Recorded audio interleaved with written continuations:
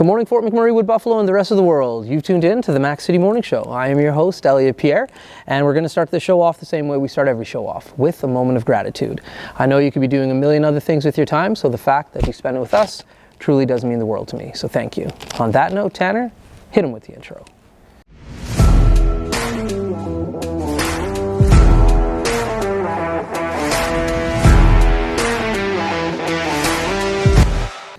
All right, and we're back. As you can see, we are not on the set of the Mac City Morning Show. We have been invited to Holy Trinity High School to interview some of the teachers and potentially even maybe some of the kids. So we have our first guest here today. As you guys know, I do not introduce my guests because they can do a better job at that than myself. So on that note, can you please tell everybody at home who you are and what you're about? Okay, my name is Naowakhun. I've been teaching here at Holy Trinity since 2012. So I'm one of the dance instructors. Okay. So I teach option classes, grade 7 to 9, and as well as the Dance Academy program. Okay. And also some other option courses in high school. Cool. So when it comes to dance, what kind of dance are we talking about? So we like to have a wide range of opportunities for all students to engage in. So our Academy of programs have all styles of dance, so different styles of hip-hop. We have jazz, we have tap, ballet, contemporary styles. Okay. Yeah. And then in our middle school program, we offer more genre specific. So you would choose like, I just want to study hip hop this semester and maybe contemporary next semester. Cool. So when it comes to dancing in your background, where does that come from? I grew up in Ontario and I attended Sudbury Secondary School, which has a performing arts program. And that's where I got my real start in dance. So like the students here, some of us started when we're 13, 14, right. More in depth. And then I attended York University and studied a BFA program. So I have a fine arts degree in dance. That's awesome. So initially, like when you were a kid, what was your first experience in dance that you were like, you know what, this is what I want to spend my time doing? So I attended a professional production of the Nutcracker in Ottawa, Ontario, when I lived there for a few years. Okay. And I was just so inspired by the production that I wanted to become a dancer. So I started studying once a week. Okay. And then when I had the opportunity in school to study every day, I had to go. You jumped on it. Yeah, I had to audition to be in that program. That's awesome. Yeah, I didn't even know, and this is like kind of why I'm here today as well. I didn't even know there was that option for kids. I know I'm born and raised in Fort McMurray. That wasn't an option when I went to school. Yeah, and that's part of the reason why I feel so privileged to be in this school is I get to give back to the community what was given to me. Right. It was an opportunity to study dance for free at school. If I didn't have that opportunity, I may not have moved on to university and progressed into performing in Toronto and things like that because I could only afford to go once a week in a studio situation, whereas the school provided me that extra where I could learn many different styles and really train a lot more. Yeah, yeah. So in regards to Fort McMurray, you've been here for a bit now. Yeah. What brought you here initially? So I was teaching overseas in Thailand. Okay. And I got married there, and I decided to have my children here in Canada for the opportunities that healthcare and education provide. Okay. And the environment too here is a lot cleaner air and water. Okay. And so my husband, being a new immigrant, couldn't work, and I had a new baby daughter, and so I was looking for anywhere in Canada. And this job popped up, and it was not only a teaching job with an opportunity to have a full-time job, which Ontario there's a lot of sub but not a lot of full-time. Right. But also my passion, which is dance. Yeah. So I just had to do it. Yeah. And I love it, and so I stayed. Cool. Now, is he like from Taiwan, or was he also teaching and just happened to be there? So he's it's Thailand. Thailand. Okay. Thailand. There you go. Thank you. Okay. Good. So he's an artist. He's actually an artist in town. Okay. And he was working in the fashion industry in Thailand. Okay. So he quit his job, and then now here in the community, he actually teaches in this building and does community art projects. Very cool. Yeah. So you guys have definitely set your roots and made it home.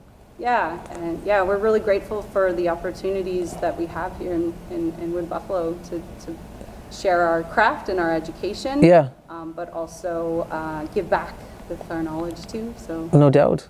Now, if I'm a child, and I do have a young child, he's only 7, so he's not ready for Holy Trinity yet. But if you have a child who is in the age range that they could come to Holy Trinity, what would you recommend in regards to how they get involved in any of your programs, may it be in the academy or potentially just some of the classes that they can take as an option? So we don't offer Dance Academy until grade 8. Okay. We like grade 7 to be an exploratory year for the arts. So Okay. I encourage them to, you know, dip your toe into a little bit of all the arts if you have the opportunity, or at least 2. So you can take, there's grooves and beats. So there's some students that just really love the hip hop genre. Yeah. And want to pursue that. And then we have another course in grade 7 called Dance Exploration. And they get to try all the different styles in that option. Okay. And then if they feel like it's something they're really more serious about pursuing or learning more about, they can join the academy program in grade 8. Yeah. Or if it's something they enjoy but they just want to take it light and just try different things throughout their years, they can take it throughout 7, 8, and 9 as an option whenever it suits them. Okay. Okay. And then high school, it is for credit.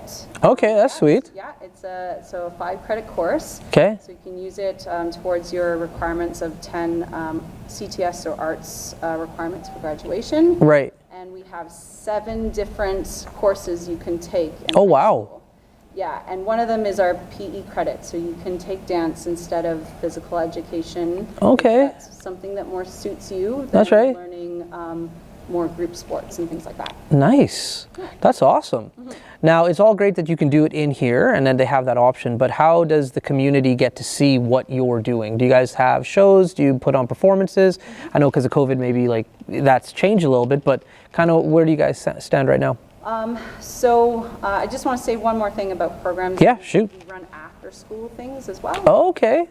So we have a ballet club on Wednesday. We do dance troupe, which senior students run and choreograph. Okay. And as well as we have a kind of mini company called Trinity Dance Company. And Okay. anybody in the school is welcome to join us. That was going to be my next question. For free? Yes. Okay, well, you can't beat that. Yeah, we costume you for free. Wow. Coming to the club is free. Okay. Yeah. But you have to be, and this is where my question was leading, do you have to be a student at Holy Trinity or is this for other? Yes, Okay, so so I'm that's the caveat. It has to be a student. That's all right. It's a good recruitment tool to get kids to come to the school. Yeah, or just provide them opportunities in ways Yeah. maybe they can't fit it in their grade 11 year because they have so many science courses, so they could come and just be part of club. Right. And we love that too. Right. Performance-wise, Yeah. we do show every semester. So this year we're doing our show in December, part of the Arts Festival. Okay. And that's because in January, when we normally have it, is a very stressful time for our high school students. Yeah, no doubt. Exams. So we kind of wanted to pull away from that and bring that show into December. Okay. And then also we have a show coming up in April, and we used to have it in May, June. But again, that's a stressful time for any student who's in high school, Yeah. especially our grade 12s, but also anybody who is in studio dance, that's usually when their recital is too. Right. So we try not to ever overlap, but sometimes we do, or it's back to back. Right, right. We want to be able to accommodate those students. Okay. As well. So we'll do Okay. April this year. And is that done like, obviously in the past it would have been done like here, you come to this beautiful theater that we're in right now, but because of COVID, maybe that's not possible. Have you transitioned that to be like an online thing that people can watch? Yes, so we've had to kind of do different things last year, depending on the government restrictions. So Right. our January show last year, we had the ability to have a group on stage and then a group in the hallway, and we kind of did a whole day of filming. Oh, cool. Back and forth and back Yeah. and forth all day. But then things were even very restrictive in June. Okay. Our community was hit pretty hard in the spring. Right. So we couldn't do anything outside of school hours. Okay. Okay. So we would come in here, so we had 2 days of filming, Right. and we filmed during the regular class time, which was Oh, way okay. more stressful. Yeah. Because we didn't have that whole flexibility of a day that wasn't during school hours. That's right. So yeah, and then we put it on, we have our live streaming site, and then also we were able to put one of our shows on YouTube Nice. as well. Nice. So, Yeah. So if anybody wants to tune in, they can either follow the Holy Trinity Facebook page for links to different areas, or the YouTube channel that you guys have. Yeah, depending on how well we render the show. Yeah, So yeah. Who's coding it? That's right. Who's working on that side? So when it comes to dance, what form are you most kind of gravitate to? Which art style? Well, I guess going to York University, their program is very heavily based in contemporary. Okay. So being expressive and finding new ways of moving and kind of dramatic ways of moving. But my first love was jazz. Okay. So I love the sassy and the exciting and being musical theater. Yeah. But actually in the last 5 years, I've really tried to learn more hip hop. Okay. Which is hard because it was a street dance when I was growing up. It That's wasn't right. in studios. No. But there's just it's so popular, the music, and just people want to learn, and I want to do. I don't want to just wing it. I want to do an authentic job. Yeah. So I've been trying to learn as much as I can online through authentic people. Online. As well as when we were doing conventions, Absorb, I would dance with the kids. I would learn as much as I can. So I'm actually enjoying like the hip hop genre more and more these days as well, and getting into that as well. So nice. I'm not a break dancer, but I try, and but it takes people don't realize how many different styles of hip hop there are, how unique. They have their own culture, they have their own history. That's right. And they have just so much training that goes into doing it really well. Yeah, yeah. So yeah, I'm getting a dabble in there. Nice. It's hard to say because I just love movement. Yeah. It's kind of crazy with hip hop culture. I know, like, cause I'm older than the students who go to this school, to say the least. But when I grew up, I was very involved in that music and everything like that hip hop culture had, and it was very underground, especially somewhere that's northern Alberta. And I remember playing songs and people like, what the heck is this, or where did you find it? And it's definitely come into the culture so much where, like, you can't get away from it. From movies to commercials to hip hop has definitely in the last 30 odd years left a remarkable imprint on our society for sure, which is cool. Fashion. Yeah. Oh yeah, big time. Yeah, and like even like sneaker culture, you know. Yeah. So typically women would be left out of that you know, industry of wearing sneakers. And now it's part of fashion for all That's right. kids and that's part of hip hop culture. That's too, right. Fashion, so. There's a pair of Nike Air Dunks called the Ben & Jerry Air Dunks. And I love these shoes. I love them so much. But the price point on them is $5,000. It's crazy. There's a whole society of sneakerheads. Oh, I know. They give you alerts before they get dropped. That's right. And you put your name into a lottery to be able to buy it. Yeah.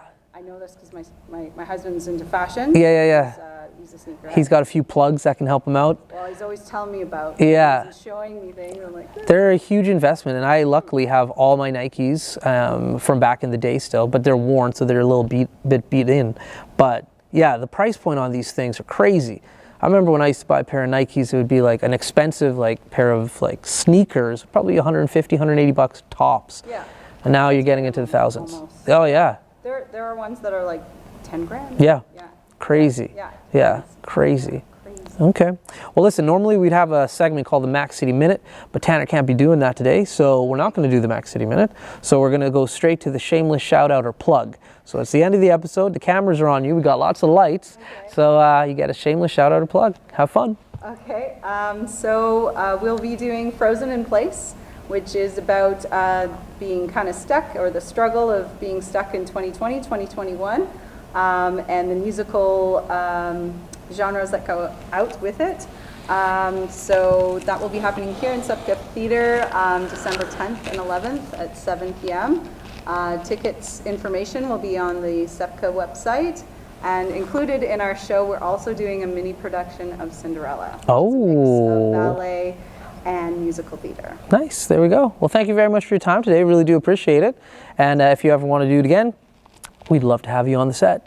Great. Thank you so much. Cool. All right. Well, Fort McMurray, Wood Buffalo, and the rest of the world, That's been another episode of the Mac City Morning Show. Thank you very much for tuning in. Really do appreciate it.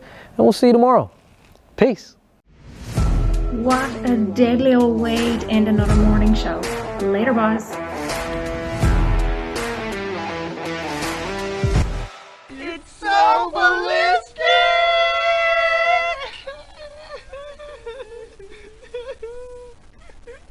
Talk about quenching your ugly thirst.